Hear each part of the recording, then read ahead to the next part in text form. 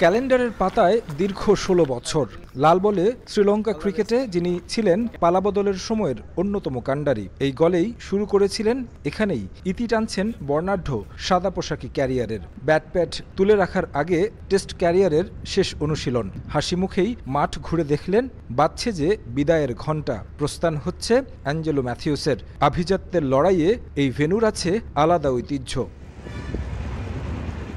ম্যাচে প্রতিপক্ষ হিসেবে পাচ্ছেন বাংলাদেশকে।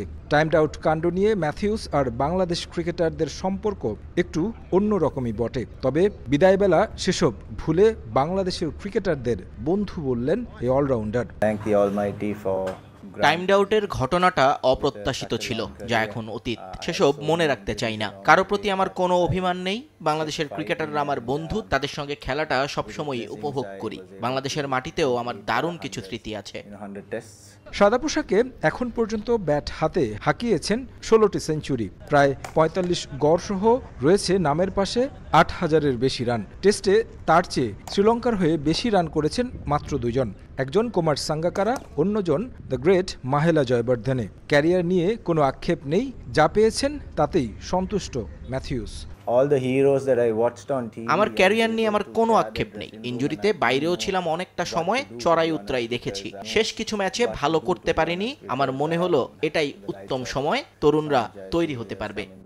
তাকে বিদায় জানাতে কোনো কার্পণ্য করেনি লঙ্কান বোর্ড। গোটা স্টেডিয়াম সেজেছে ম্যাথিউস সাজে। ক্যারিয়ারের যত কীর্তি আছে তার ছবিগুলো স্থান পেয়েছে মাঠের চারপাশে। গল টেস্টে জয় দিয়ে নিশ্চয়ই ভালো বিদায় জানাতে চাইবে সতীর্থ ক্রিকেটাররা। শেষটা যেমনই হোক, শ্রীলঙ্কান ক্রিকেটে রঙিন ফ্রেমেই থাকবেন দুঃসময়ের এই কাণ্ডারি। অ্যাঞ্জেলো ম্যাথিউস তার শেষ টেস্ট খেলবেন এই গলে। শ্রীলঙ্কান এই কিংবদন্তিকে শেষ বিদায় দেওয়ার জন্য সব ধরনের আয়োজন করেছে এসএলসি। এখান থেকে বাংলাদেশ কিছুটা হলেও শিক্ষা নিতে পারে। বাংলাদেশের ক্রিকেটকে যে পর্যায়ে সাকিব আল হাসান নিয়ে গেছেন, তার প্রাপ্য সম্মানটুকু দিতে পেরেছে কি? যে শেষ টেস্টটি বাংলাদেশের মাটিতে খেলতে চেয়েছিলেন, সেই আশা পূরণ হবে কি সাকিবের? গল ইন্টারন্যাশনাল ক্রিকেট স্টেডিয়াম থেকে তারেক হাসান শিমুল, সময় সংবাদ, শ্রীলঙ্কা।